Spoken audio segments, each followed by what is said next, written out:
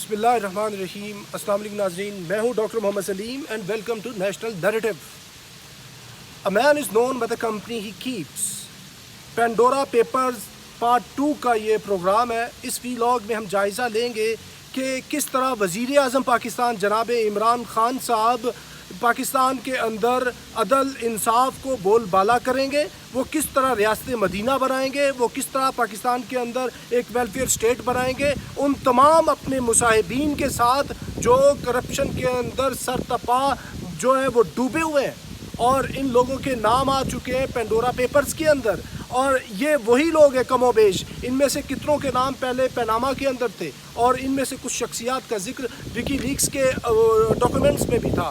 تو کیا یہ ممکن ہے کہ پاکستان کے اندر آپ ریاست مدینہ بنا لیں؟ پہلی تو بات بہت واضح ہے کہ یہ ایک بہت بڑا نام ہے, بہت بڑا نعرہ ہے. اور ناظرین ایک بات آپ کو بہت واضح کرتا چلوں کہ جب بھی کسی نے مذہب کو اس طریقے سے استعمال کیا ہے, ریلیجن ان دا پالیٹکس لے کے آیا ہے, کوئی بھی شخص ہو, کوئی بھی جماعت ہو, تو اس کو وقتی طور پہ تو فائدہ مل جاتا ہے, لیکن ایک ان دا لانگر رن وہ اس کے نقصانات ہوتے ہیں. تو ابھی میں یہ جو ریاست مدینہ کا لفظ ہے, یہ جو ٹرم ہے, یہ تو بڑے بڑے لوگوں نے استعمال نہیں کی. اس کے لیے میں ایک علیحدہ سے آپ کو ویلاگ میں اس کی وضاحت کروں گا. فی الوقت ہم پاناما پیپرز کے اوپر بات کرتے ہیں کہ پاناما پیپرز کے اندر شوکت ترین صاحب کا نام آ چکا, جو مشیر خزانہ خسرو بختیار کا ریپیٹیشن کے ساتھ نام آتا ہے. خسرو بختیار کا شوگر سکینڈل کے اندر پاکستان کے اندر کتنی منی جو میگا جو کرپشن کے سکینڈلز ہیں, he is always partner of many of them. اور اس طرح یہ علی ڈار کا نام ہے جو اسحاق ڈار کا بیٹا ہے, اور جو وزیر اعظم پاکستان ہے ان کے میں جو قریبی لوگ ہیں ان کے ناموں کے اوپر بات کر رہا ہوں. تو کیا از اٹ پاسبل کہ آپ ایسے الیکٹیبلز, ایسے ہیوی ویٹس کے ساتھ پاکستان میں کوئی بہت بڑی جوہری تبدیلی لے آئیں؟ سوال ہی پیدا نہیں ہوتا, کیونکہ معاملہ یہ ہے کہ شارٹ کٹ لائف کے اندر کوئی نہیں ہوتی.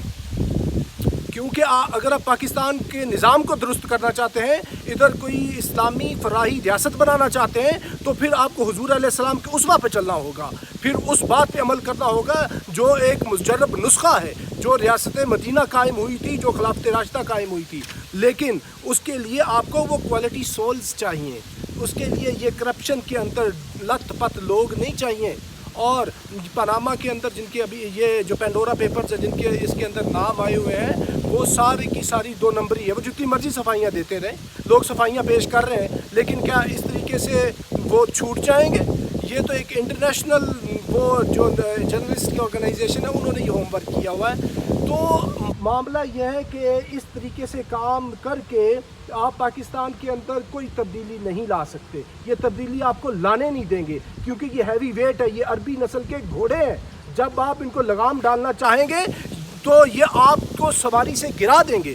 وہ سواری جو اقتدار پاکستان کی سواری ہے, جو وزارت عظمیٰ کی سواری ہے, وہ اس سے آپ کو گرا دیں گے. کیونکہ آپ کو بھی پتہ ہے, اس سے پہلے بھی ایک بات ہوئی تھی تو شیخ رشید نے آپ کی عکاسی کی تھی. کیا عمران خان صاحب اتنے ہی نابلد ہیں, نہ سمجھ ہے کہ وہ اپنے اقتدار کو ڈبونے کی خاطر یہ ہیوی ویٹس کو نکال دیں گے؟ تو جب تک آپ ان کو نہیں نکالیں گے, پاکستان کی جو یہ جو کشتی ہے اس کے اندر سے ان لوگوں کو نہیں نکالیں گے تو یہ ڈبو دیں گے کشتی کو. 74 سال سے ڈبو رہے ہیں. یہ بین اسی طرح ہے کہ جیسے آپ کوئی بہت اچھا کام کرنا چاہیں لیکن رستہ آپ کا غلط ہو تو آپ اچھا کام کبھی نہیں کر سکتے. جیسے ٹیررسٹس نے پاکستان کے اندر خلافت راشدہ قائم کرنے کے لیے پورے ملک کی اینٹ سے اینٹ بجا دی تھی.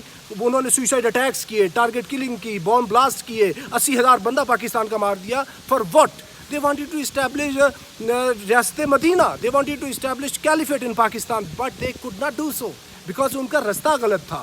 وہ کلنگ کر رہے تھے, اور اس کی کوئی مثال نہیں ہے پوری کی پوری اسلامی تاریخ کے اندر.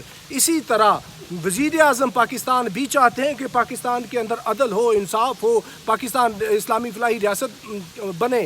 لیکن وہ جو رستہ, یہ جو جمہوریت کا رستہ ہے, یہ جو الیکٹیبلز کا رستہ ہے, یہ جو ہیوی ویٹس کا رستہ ہے, اس رستے سے آپ کبھی بھی نہیں لے کے آ سکتے, کیونکہ یہ رستہ ہی غلط ہے. کیونکہ معاملہ یہ ہے کہ اگر آپ کوئی بہت اچھا کام بھی کرنا چاہیں اور اس کا جو اسباب ہیں, جو ذرائع ہیں وہ غلط ہوں گے تو اچھا کام نہیں ہو سکے گا.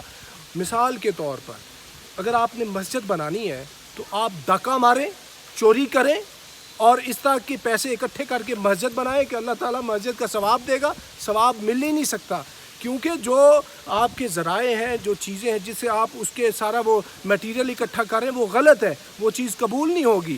بین اسی طرح جیسے دودھ کی ایک پوری بالٹی کے اندر پیشاب کا ایک قطرہ ڈل جائے تو پوری کی پوری دودھ کی بالٹی حرام ہو جاتی ہے، اسی طرح پاکستان کی جمہوریت کے اندر، پاکستان کے نظام کے اندر یہ جو کرپشن زدہ جن کے اتنے بڑے پیٹ ہیں، اربوں خربوں کی جن کے اندر کرپشن ڈلی ہوئی ہے، ان کرپٹ لوگوں کے ذریعے آپ یہ چاہیں کہ نظام کو بدل دیں، سوال ہی پیدا نہیں ہوتا، کیونکہ اس طرح نظام بدلے گا ہی نہیں۔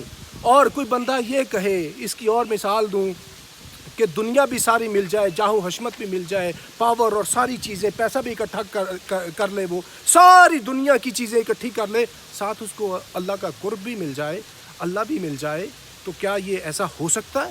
کیونکہ to lose is to find, کیونکہ اگر آپ نے اس کو پانا ہے تو پھر کچھ نہ کچھ سرنڈر کرنا پڑے گا، because materialism is death of spirituality.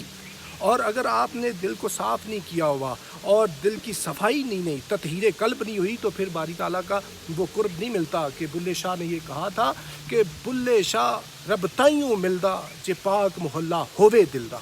تو اس لیے پہلے پاکستانی محلے کو پاک کرنا ہوگا، اس نظام کو ٹھیک کرنا ہوگا، جس نظام کے جو بڑے بڑے طاقتور لوگ ہیں اور وہ کلیئر لوگوں کو لے کے آنا ہوگا۔ جب کلیئر لوگ آئیں گے جن میں کرپشن نہیں ہوگی، دو نمبری نہیں ہوگی، بے ایمانی نہیں ہوگی، یہ تو ایسے لوگ ہیں کہ جنہوں نے کروڑوں لیٹرز کے ڈیلی پاکستان کے اندر گندا دودھ، گندی چیزیں، ملاوٹ شدہ چینی، ملاوٹ شدہ مرچیں، ایک ایک چیز کے اندر دو نمبری ہے۔ اور ایسے لوگوں سے آپ چاہتے ہیں کہ پاکستان کے اندر اسلامی فلاحی ریاست بن جائے، ریاست مدینہ بن جائے، یہ this is equal to living in fool's paradise. اس سے آپ اقتدار کے اندر تو رہ سکتے ہیں، آپ وزیر اعظم پاکستان تو بن سکتے ہیں، لیکن آپ جو ایک وہ جوہری تبدیلی ہے وہ رونما نہیں کر سکتے۔ تو یہ خود کو دھوکہ دینے والی بات ہے، اور جو پاکستان کے عوام ہیں ان کو دھوکہ دینے والی بات ہے۔ تو جو پاناما پیپرز کے اندر لوگوں کے نام آئے ہوئے ہیں وہ سرتپا کرپٹ لوگ ہیں، وہ نظام کا حصہ ہے، they are electables unless they are held accountable according to the Constitution of Pakistan 1973. They cannot be part and parcel of any mega change in Pakistan. وہ کیا ہوں گے؟ وہ اس جو اسٹیٹس کو کا حصہ ہی رہیں گے۔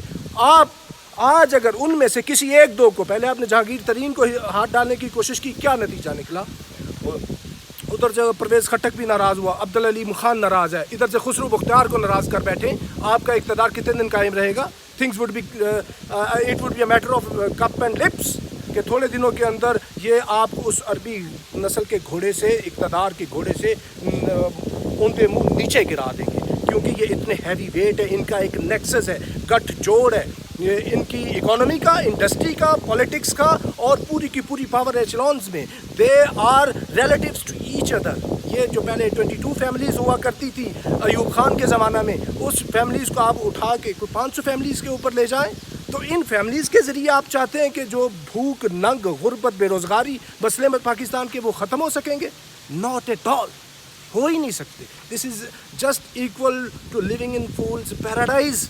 یہ پتہ نہیں آپ کو کیوں نہیں اس چیز کا پتہ، یہ تو ایک عام پڑھے لکھے بندے کو پتہ ہے، یہ بالکل ایسے ہی ہے۔ پاناما پیپرز کے ان 2 نمبر لوگوں کے نام آئے ہوئے ہیں، یعنی یہ وہ کرپٹ لوگ ہیں، سب کی بات نہیں ہے، کچھ کو بیچ میں ایسے ملائن بھی کیا گیا ہے، لیکن میجورٹی ان لوگوں کی بات ہے کہ جو آپ کے ساتھ ہیں وہ تو کلیئر ہونے چاہیے تھے، وہ کلیئر لوگ نہیں ہیں۔ آپ نے جو 3 رکنی جو سیل قائم کیا، جس کی آپ سربراہی کر رہے ہیں، یہ اسی طرح کا سیل ہے کہ جس طرح کے پہلے 20 سیل بن چکے ہیں، اس سے کچھ لینا دینا، کچھ حاصل وصول نہیں ہوگا۔ یہ خالی سیل ہے، نعرے ہیں، دعوے ہیں، حقیقت سے اس کا کوئی تعلق نہیں ہے۔ تو ناظرین اب تک کے لیے اتنا ہے، اپنے next time, thank you very much. Pakistan زندہ باد۔